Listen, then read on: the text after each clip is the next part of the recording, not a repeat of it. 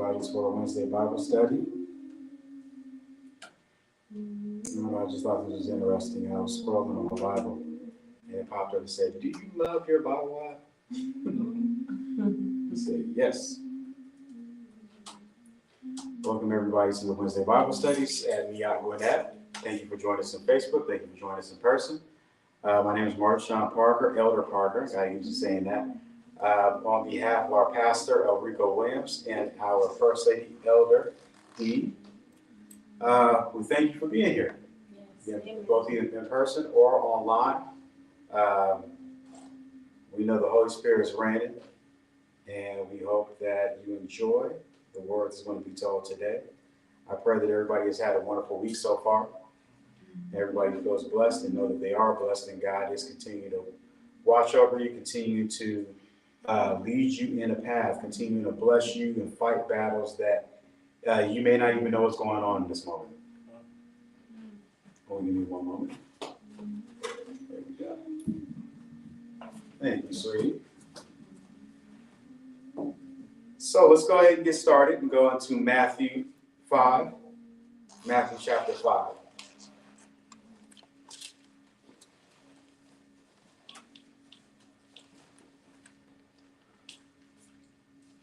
Say amen when you're there. And I'm reading from NIV.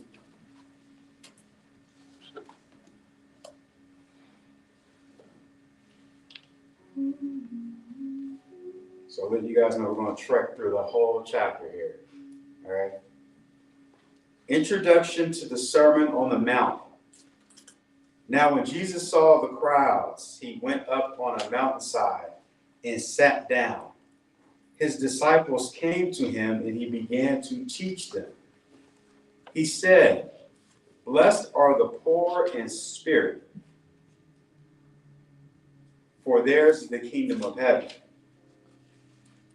Blessed are those who mourn, for they will be comforted. Blessed are the meek, for they will inherit the earth. Blessed are those who hunger and thirst for righteousness, for they will be filled. Blessed are the merciful, for they will be shown mercy. Blessed are the pure in heart, for they will see God. Blessed are the peacemakers, for they will be called children of God. Blessed are those who are persecuted because of righteousness, for theirs is the kingdom of heaven. Blessed are you when people insult you, persecute you, and falsely say all kinds of evil against you because of me. Rejoice and be glad, because great is your reward in heaven. For in the same way they persecuted the prophets who were before you. You are the salt of the earth, but if the salt loses its saltiness, how can it be made salty again? It is no longer good for anything except to be thrown out and trampled underfoot. You are the light of the world. A town built on a hill cannot be hidden. Neither do people light a lamp and put it under a bowl. Instead, they put it on its stand and gives it light to everyone in the house. In the same way, let your light shine before others. They may see your good deeds and glorify your Father in heaven. Do not think that I have come to abolish the law or the prophets. I have not come to abolish them, but to fulfill them. For truly I tell you, until heaven and earth disappear, not the smallest letter, not the least stroke of a pen, will by any means disappear from the law until everything is accomplished. Therefore, anyone who sets aside one of the least of these commands and teaches others accordingly will be called least in the kingdom of heaven. But whoever practices and teaches these commands will be called great in the kingdom of heaven. For I tell you that unless your righteousness surpasses that of the Pharisees and the teachers of the law, you will certainly not enter the kingdom of heaven. You have heard that it was said to the people long ago, you shall not murder, and anyone who murders will be subject to judgment. But I tell you that anyone who is angry with a brother or sister will be subject to judgment. Again, anyone who says to a brother or sister, Rakah, is answerable to the court. And anyone who says, you fool, will be in danger of the fire of hell. Therefore, if you are offering your gift at the altar, and there remember that your brother or sister has something against you, leave your gift there, in front of the altar. First go and be reconciled to them, then come and offer your gift. Settle matters quickly with your adversary, who is taking you to court. Do it while you are still together on the way, or your adversary may hand you over to the judge, and the judge may hand you over to the officer, and you may be thrown into prison. Truly, I tell you, you will not get out until you have paid the last penny. You have heard that it was said, you shall not commit adultery. But I tell you that anyone who looks at a woman lustfully has already committed adultery with her in his heart. If your right eye causes you to stumble, gouge it out and throw it away. It is better for you to lose one part of your body than for your whole body to be thrown into hell. And if your right hand causes you to stumble, cut it off and throw it away. It is better for you to lose one part of your body than for your whole body to go into hell. I hope you guys are seeing a bit of a theme going on here. Mm-hmm. It has been said, anyone who divorces his wife must give her a certificate of divorce. But I tell you, anyone who divorces his wife except for sexual immorality makes her the victim of adultery, and anyone who marries a divorced woman commits adultery. Again, you have heard that it was said to the people long ago, do not break your oath, but fulfill to the Lord the vows you have made. But I tell you, do not swear an oath at all, either by heaven, for it is God's throne, or by the earth, for it is his footstool, or by Jerusalem, for it is the city of the great king. And do not swear by your head, for you cannot make even one hair white or black. All you need to say is simply yes or no. Anything beyond this comes from the evil one. You have heard that it was said, eye for an eye, and tooth for a tooth. But I tell you, do not resist an evil person. If anyone slaps you on the right cheek, turn to them the other cheek also. And if anyone wants to sue you and take your shirt, hand over your coat as well. If anyone forces you to go 1 mile, go with them 2 miles. Give to the one who asks you, and do not turn away from the one who wants to borrow from you.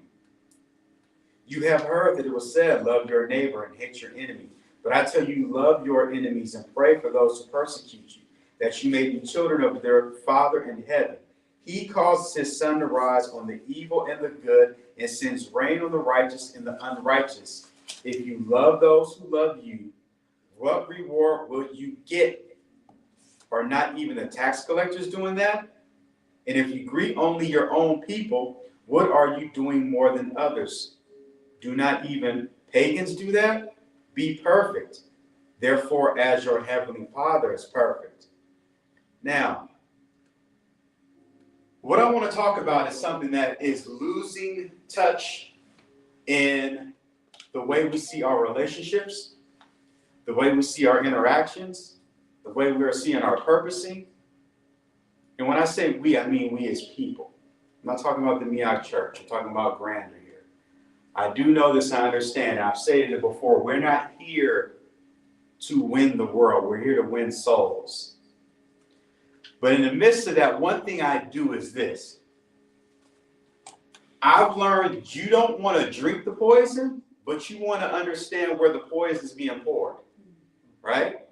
I may not want to drink from the poison, but I do want to understand which of these cups poison is being poured in. Right. So that way I can warn my brothers and sisters and be aware of myself. Yeah. I can know what I'm battling. Pick up your cross and carry it. Put your armor on daily. We're not just putting the armor on because it looks sexy and cool. Yeah, I said sexy in church. We're using it for battle. The one common theme I can see here, and it's really rang true for me because 540 has been resounding in my head. And if anyone wants to sue you and take your shirt, hand over your coat as well. God is saying, give more than the expectation. We are welcome to receiving all of the blessings. We are open to receiving a downpouring, a tsunami of gifts, of downpour. Give me, bless me, change my world, pamper me, make me feel good. But what we are becoming is a society of people who either barely give or give the bare minimum. Right. When God's word is saying to give more than the expectation, we are expected to want to give. And the common theme that comes up when Jesus speaks is to give. And this is coming from the king who stepped from his crown and gave his life.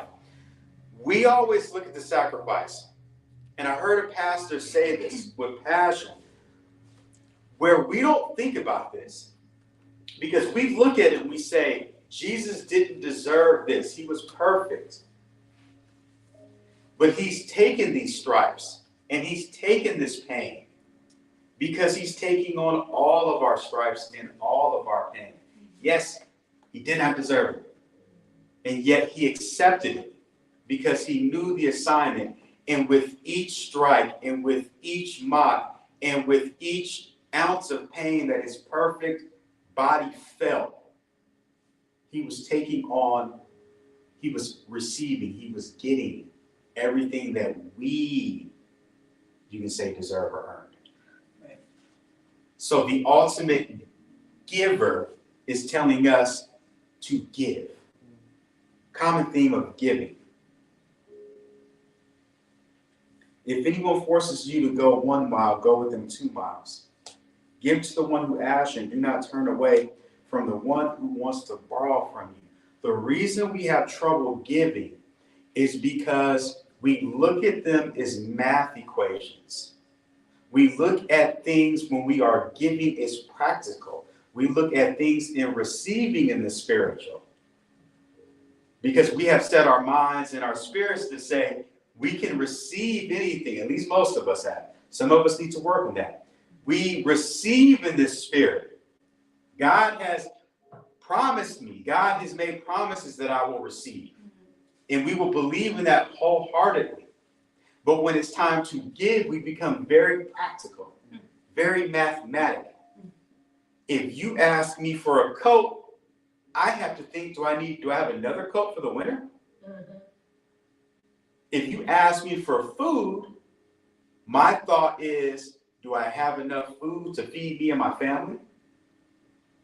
Are we showing enough faith when it's time to give that is going to make God pleased with our actions?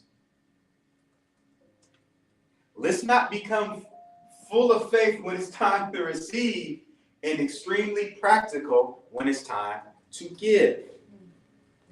Is it not that we should show faith in both? That's what a lot of people have an issue with when it comes to tithing. Now, no one in this room, we don't have an issue, but still, it doesn't mean we can't talk on it. People become very practical when it comes to tithing. Why is that? I don't know, because most people believe that the church is here to give them something. Mm-hmm.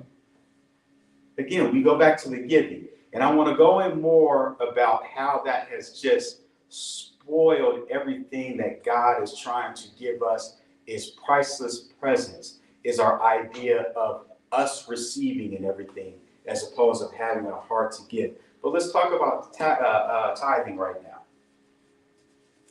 becomes very practical. Church doesn't need my money. Show me where it says God gave 10%. Everybody heard that one.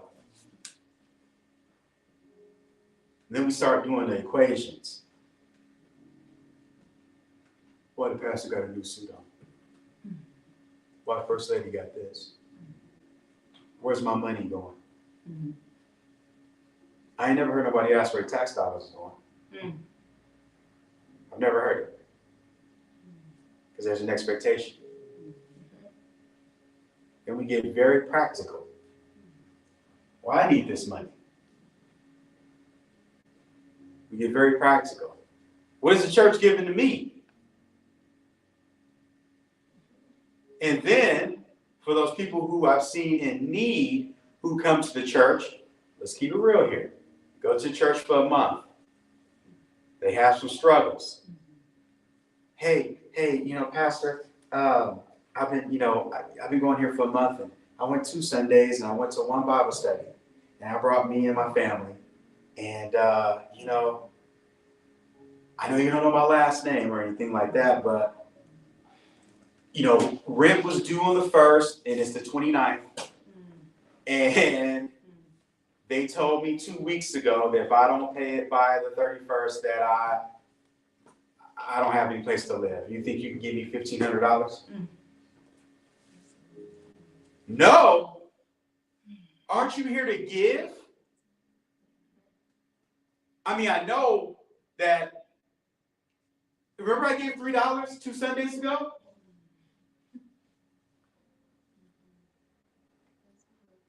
That's a real thing. Because when it comes to receiving, everybody believes they should get now. But when it comes to giving, there's no levels of faith involved in it. It's all practical.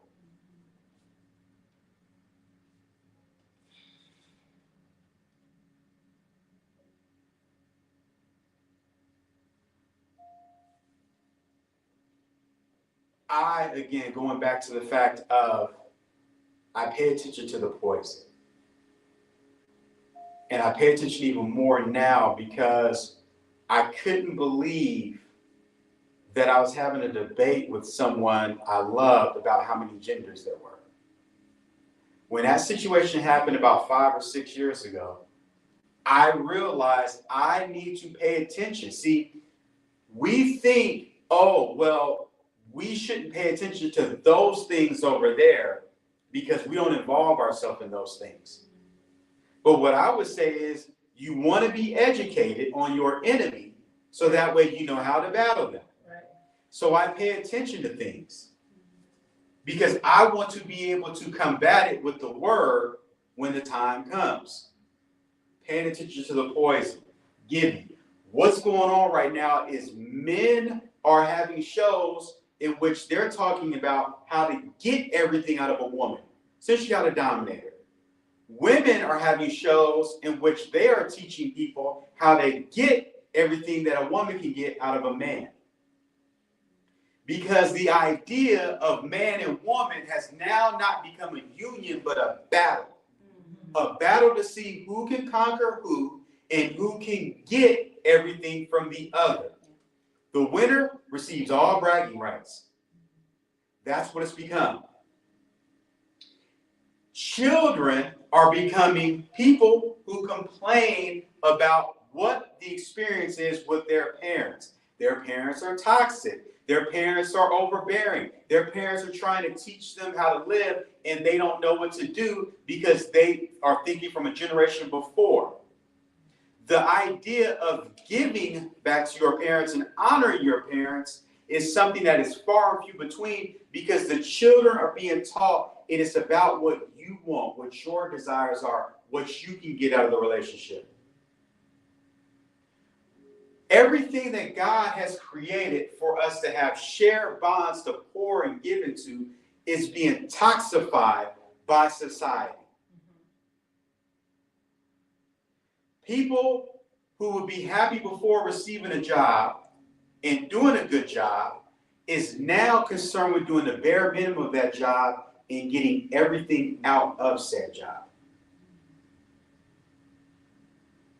Transactions are not about what's best for both of us. Me giving you goods and or services that is going to allow for you to have a smoother life, a better life, a product that is dependable, but rather a product or service that's going to allow me to bilk you for as much money as I can. And if you try to say otherwise, I will block you.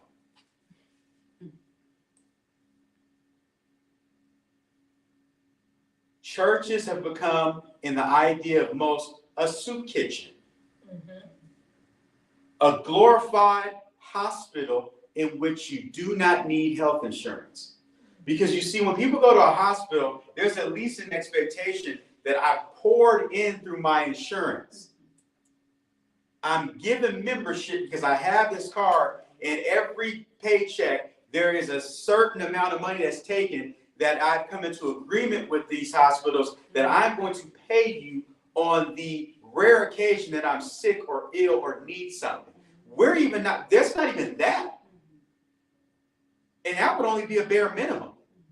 Now the church is, I come in here with an expectation that you're going to not only make me feel better, not that I'm going to do the things you're saying. I'm still going to fornicate.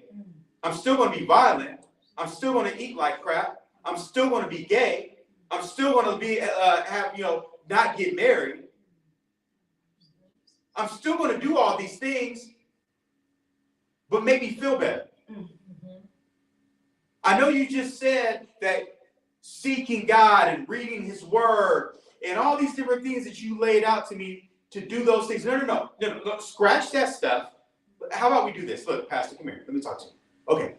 So when I come here, what I want you to do is I want you to sing some really good songs. Have a good choir that's really booming. Let the music really boom so I can feel it in my spirit. Let me clap. Let me sing. And then after that, you get up there and you tell me that regardless, God's going to love me. You tell me that I'm special. You tell me to come back here next Sunday for an hour or two so I can sing again. And you can tell me how important God is to me, and that regardless of whatever I do and I don't have to live a certain way, he's going to love me. He's going to fight for me because his son died for me. Just that part. All that other crap, keep that out of it. I don't need that. I don't need that. I'm starting to feel a little bad. That's not what I'm here for. I'm here for you to give me what I need, what I want. Sorry, not what I need. Give me what I want. Speak to the flesh. What are you doing? You're speaking to the spirit. I didn't ask you to go that deep, sir. Just speak to my flesh. So when I leave here, I can feel good. I can check off the box saying I came to church. But all the stuff that you told me, that, the whole part of you saying like a Christian needs to be a soldier in battle and do all this good stuff and follow this and do that. No, bro. No. You're never going to be a mega pastor doing all that. I just need the sunshiny stuff. So I can get what I want and then go out there, live my lukewarm Christian life, come back next Sunday when I'm feeling a little off again, and you pump me back up again. True, yeah. And then when I need something from you, you better not ever tell me no. Matter of fact, don't ask me follow-up questions. Just give me what I asked for. Isn't that why you're here? True. And do something about that person, because they're really making me feel uncomfortable. Matter of fact, you know what? I think that they think that they're better than me. They think they're better than me because they're doing all the things that you're trying to tell me to do, but I don't want to do all that. I told you what I want to do, and it's something about them being around me doing all that stuff that you are doing that's making me feel uncomfortable. Matter of fact, I don't need this. I don't need this. I don't need this. I'm gone. I'm gone. I don't need this. And then when people ask me why I don't go to church, I'm going to tell them all the bad stuff about it. I'm going to tell them how you didn't help me when I was in need. I'm going to tell them how judgmental you are. I'm going to tell them how that woman who's always praying, it's something about her. I'm telling you, she seems evil because, I know everybody says she's good and everything, but it's something about her that's not making me feel good. It's not that she's not making me feel good because she's trying her hardest to be a Christian and I'm just trying to get by lukewarm. It's not that. It's something different. and I'm gonna put dirt on your name. I'm gonna put dirt on the church's name, and I'm gonna say, you know what? I can serve God at home because everywhere I go is a church. Even though I'm not at church, even though I'm not at home reading the word, even though I'm not trying to do anything better for my life, even though I'm not trying to stop sinning. Yeah, true. Mm-hmm. Mm-hmm. Step on those feet. Yep. Because I'm not here to give. I'm here to give. I'm here to consume everything. I'm here to take everything. We are consumers. We are takers. We are getters. When we're supposed to be producers. We're supposed to be givers. The greatest joys I've ever received is giving gifts, not receiving gifts. The greatest joys I've had in life is serving, not being served to. How could I ever live a life that is designed around me getting and receiving when a king stepped off of his throne in heaven, came down, lived for 33 years, and died for every stinking sin that I will ever do or have done? When every time you or I have looked at ourselves in the mirror with disgust because we know we said something we didn't have any business saying. We know we did something we didn't have any business doing. That time when we embarrassed ourselves. That time when we know we wronged somebody. And yet he died for all of those things. But yet I still want to take. This life is a war, but it's not the war you think it is. It is a war for righteousness. When people are living a life of, you remember, you see the whole stories. And anybody who's a history buff, you know what they would do is they would go to different lands. And what would they do? Rape and pillage. Rape and pillage. They would basically rape and pillage until you became a part of them. Stockholm Syndrome. Rape and pillage. That was their wars. Why are we in a time where we are the most civilized people who are constantly raping and pillaging everywhere we go, everyone we come in contact with?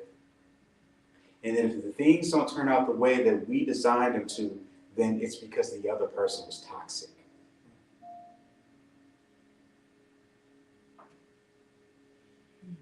I think it's so interesting that a part of the slang of the vernacular today is this: it's giving. It's giving. It's giving when nobody is giving. I've told this story before, and I'll tell it again, because I was thinking about it today. Me and Tanika was on the way to Home Depot, and she said something as my helpmate that stung my little old strong pride, and I gave her the the perfect solid treatment you could ever think of. Like you would have thought I would need it. And I didn't talk to her in the store. See, this is one thing I'm not against doing, is I don't come up here and try to act like I'm perfect. I don't come up here and try to act like, see, I'm the first person to tell you can have the person who is the most sinner of sinners person who's walking here. I will tell you I am a sinner. I try my best not to be. I will tell you I need God. Yeah. I will tell you. Let me get back to my story. Amen. No, dude, go ahead. This ain't your story. So, we went to Home Depot because we were going to paint the laundry room. and I grabbed the paint, and I grabbed all the tools needed. And I did not open her door to get back to the car. Because not only did she need to know that I'm here under a silent treatment, but I'm petty. And I get in the car, and we get home, and again, I did not open the door for her to get out. You open your own door. I'm too busy being petty and silent. I grabbed all the stuff. To make a point, I go straight to the laundry room because we're not painting. I'm painting. I don't need you. I started painting. And all that pettiness and silence and painting made me a little tired. So I took a Facebook break. God, you are something else. So what did I find on my Facebook break? I just wanted to find sports or something like that. Not something that was going to put out the flame of my pettiness. I just take a little break. That makes you tired. We've been there before. Okay? And one of the most unlikely people posted this. 1 Corinthians 13, 4-8. Love is patient and kind. Love does not envy or boast. It is not arrogant or rude. It does not insist on its own way. It is not irritable or resentful. It does not rejoice at wrongdoing, but rejoices with the truth. You all the way together. Got you together real quick. This was me.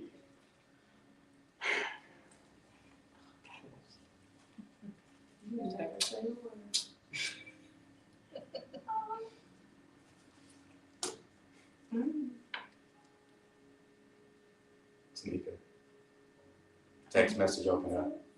I love you. For those of you who don't know, married people don't apologize. We either ask if you're hungry or we say I love you. That means I apologize.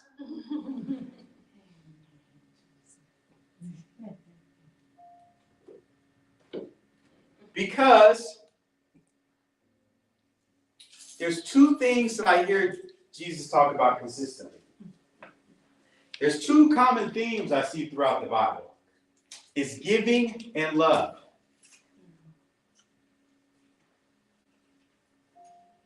Why do we have such a lack of love for each other that we don't feel compelled to give? That's my question that I want people to think about. Why have we lost so much love for each other that we no longer feel a compassion, a yearning, a want to give? I've said this before, and I will continue to say it. I've had men come to me and say, hey, this ain't working. She's getting on my nerves. We're all grown-ups here. She ain't giving it up enough. This ain't happening. That ain't happening. Complaint, complaint, complaint, complaint. And I always have one thing that I say to them. Two things. Let me rephrase that. Let me ask you a question, sir. Are you giving her everything she desires? Are you being the best husband you can be? Have I ever got yes?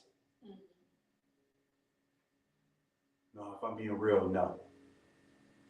Okay. Do me a favor. For the next 3 months, have not one concern with what you are getting from her. Just think purely on what you can give to her. Think about how you can be the absolute best you to her for 3 months. And when that 3 months is up, tell me if it's better. Does anyone think I've ever got anybody back after 3 months who said, man, I gave it all. And you know what? It didn't work. It's worse, as a matter of fact. Have I ever got that, you think? No. Because we are designed that when you give, you receive. Not only that, but you're not focused on, because you know what? Listen. I know I'm not the only one who, okay. Has anyone ever got like a drop of like something on their clothes? I'm talking about that outfit that you just couldn't wait to put on. You was about to kill it that day. Your shoes, your pants, your shirt, whatever it is. Maybe you got one little drop on it. What are you doing the rest of the day? Looking at that drop. Most people don't even see that drop. It's ruined your day. It's ruined your outfit. It's ruined your Nikes. Is it because the drop is so bare bones ugly? Or is it because you can't stop focusing on it? We will focus on the smallest thing and turn it to the biggest thing. That there is no resolution. That there is no resolve. That there is no solve. That there is no coming back.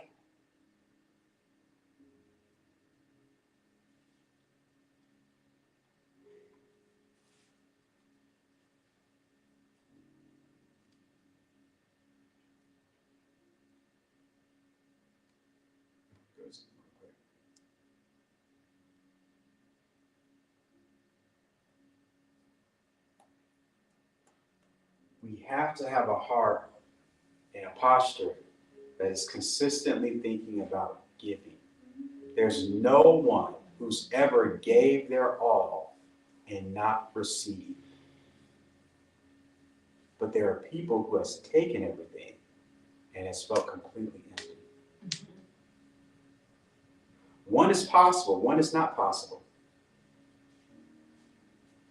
Think about this. Everything, even when I'm dead, God told me I got to give inheritance to my children's children.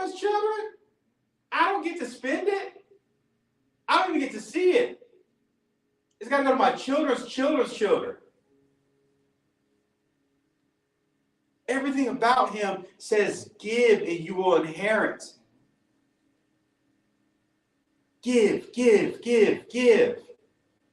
And when you're in tune with him, you feel such a pleasure in giving. As my pastor says, that doesn't mean don't think you can be a good receiver, because a good giver is a good receiver. But on the flip side of that, have you ever received something that in your heart you didn't feel you deserved? That's a bad feeling. You can't even enjoy what it is. But have you ever given something and said, I shouldn't have done that?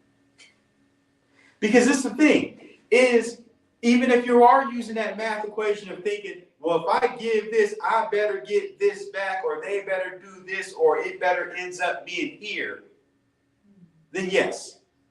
But if you give knowing that you gave from your heart and it was pleasing to God, you've never left that feeling empty. Ever. Even if it didn't work out for you, you still left that feeling good.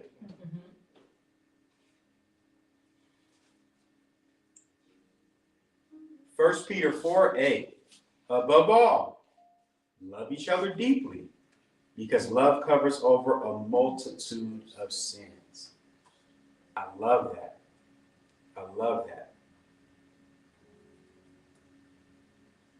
Giving and loving.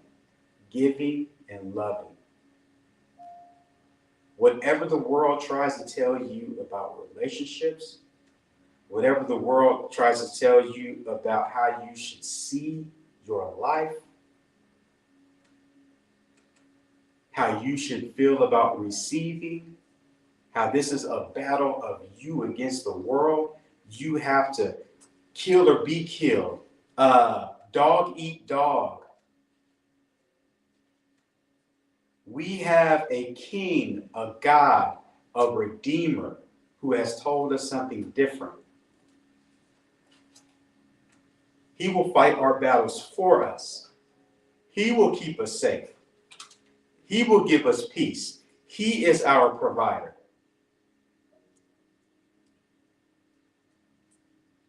Live, love, and do his word.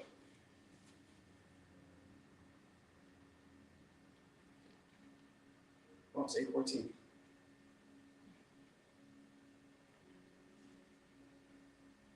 It's 8:14, but I feel like that was short.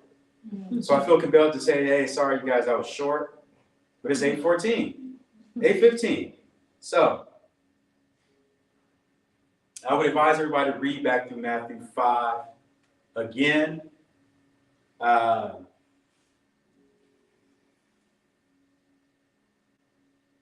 And yeah, I mean, I don't know. There's a part of me that wants to, because every time I come up here, I come up here with a heart of love and never of judgment. So my hope and prayer would be that if anybody on Facebook, if anybody who listens to this on YouTube, I don't cast judgment, but if my words convicted you, my hope would be that you would not have offense to me of what I said, but try to work out the conviction for God's glory. I feel compelled to say that. Do we have any prayer requests? Not yet. Just ask.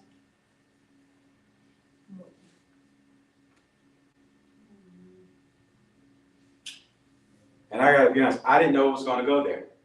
I really didn't. That kind of, you know.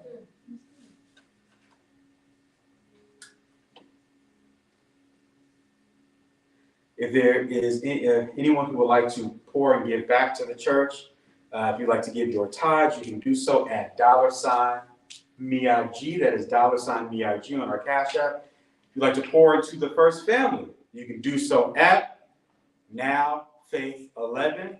That is Now Faith 11.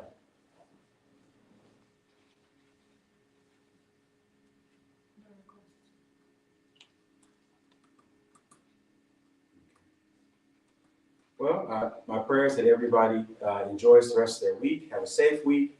Have a blessed week. Have a week in which you ask God, in what ways is God asking you to give? Give your time. Give your gifts. Give and pour into different relationships within your life. Give and pour into your business, into your coworkers, into your clients, into your neighbors.